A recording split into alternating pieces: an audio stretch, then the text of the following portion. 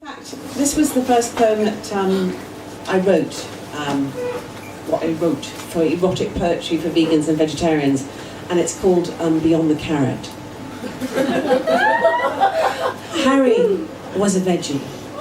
Harry was my nice neighbour in his elasticated cardigan, tatty-hatted, fatted, cravatted. He was a theatrical agent, drinking red wine and slinging the bottles into his very hip, ecologically sound black bin. He dressed the bin in spankingly blue underpants. Underpants for boxers, like they were cold standing out there. He had a style, but somehow just too old-fashioned for old-fashioned me. I kept away. I didn't like vegetarians. Then one day after a battle of a day that made me weep on the train, I slipped past his ecologically sound black bin and neat undies, and I saw him coming out of the bath. He was standing there in the moonlight this November eve, all damp and vegetarian.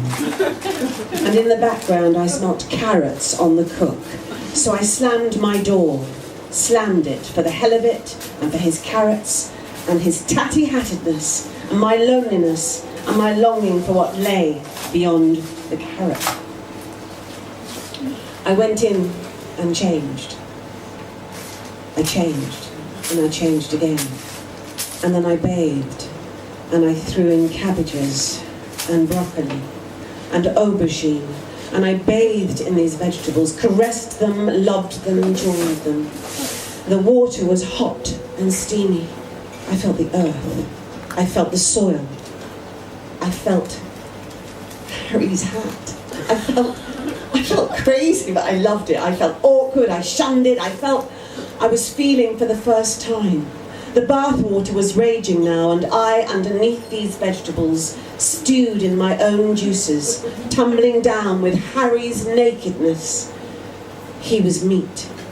I wanted meat, the meat of a man.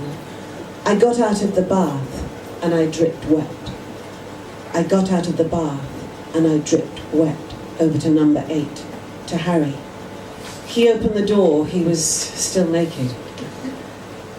I'd heard he bathed in vegetables, lovingly bathed with them, then cooked them, but I hadn't believed it until today when I smelt the carrot, not boiling on his stove, but cooking in his bath. I went to his bed. I went to Harry's bed, and there I saw a head of cauliflower that made me feel an elasticity of coming, an age, a time, a right time. We caressed the head together, and then a cabbage, and before I knew it, Harry had plunged me into vegetarian heaven. Vegetarian heaven. Why had I waited so long to go veggie?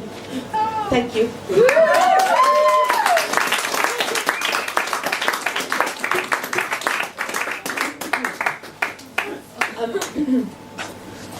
The next one is called To a Queer Kumquat. Has anyone had a kumquat tonight? If you haven't had a kumquat, I suggest you go out tomorrow to Sainsbury's, Waitrose, Tesco, what are the other, Lidl, or wherever you go to, and get a kumquat and see what happens. To a Queer Kumquat. Oh, mascarpone, my kumquat doth cream gingerly in your presence.